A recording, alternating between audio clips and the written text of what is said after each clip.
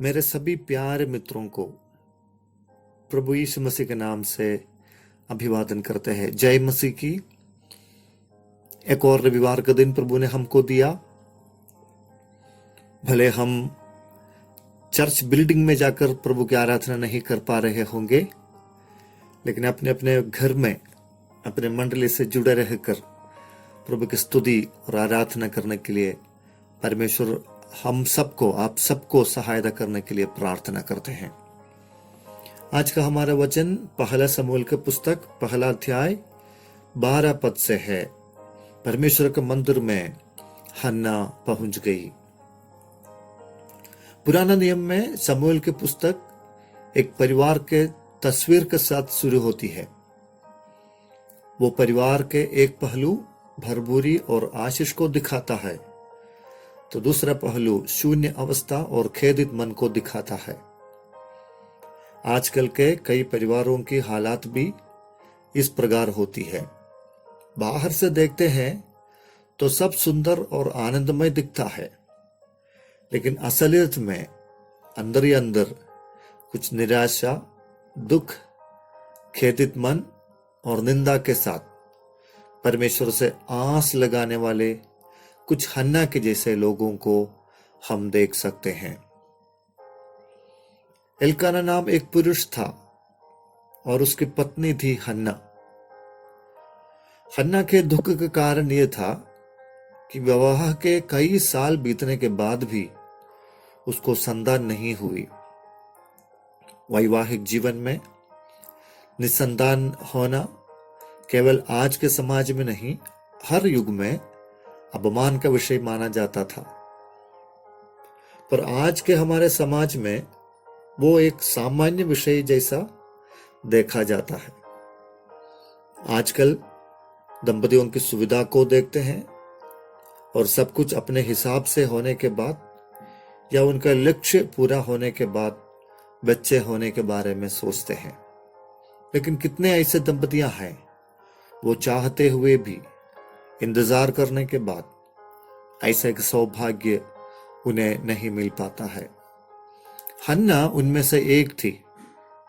गांव वाले, रिश्तेदार, समाज के लोग उसको चिढ़ाते थे। उसको कुछ लोग दया दृष्टि से देखते थे, तो कुछ लोग उसका मजाक भी उड़ाते थे। कितने सालों से हन्ना इन तानों को सहन कर रही थी, हमें पता नहीं। लेकिन उसके जीवन में एक निष्ठा रखकर उसके इस विषय का हल मिलने वाला एक स्थान हन्ना ने ढूंढ लिया। वो था सीलो में यहोवा का मंदिर।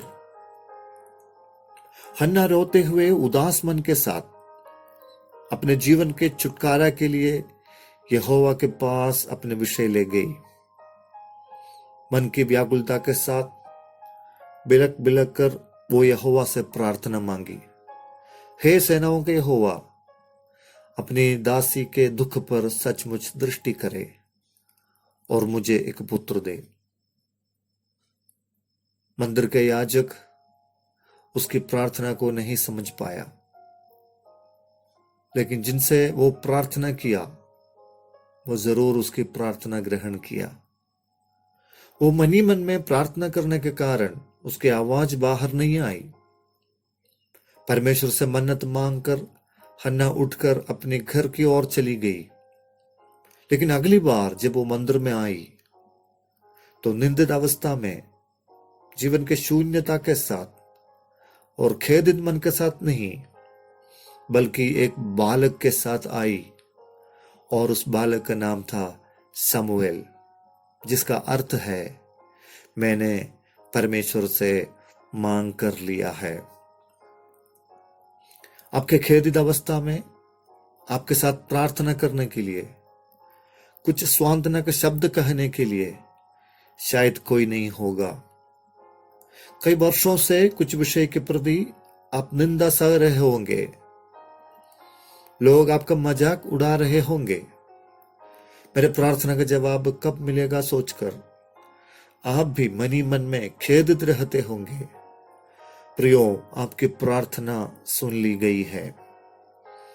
आपके आंसुओं के बूंद परमेश्वर कुप्पी में इकट्ठे कर रखे हैं। यहोवा हन्ना को स्मरण किया, वो आपको भी स्मरण कर रहा है। अब से आपका सिर झुकने नहीं देगा। हन्ना के जैसे आप धीरज के साथ यह कह सकते हैं, मैंने इस विषय को यहोवा से मांग कर लिया है, उसकी महिमा हो। हालेलुया।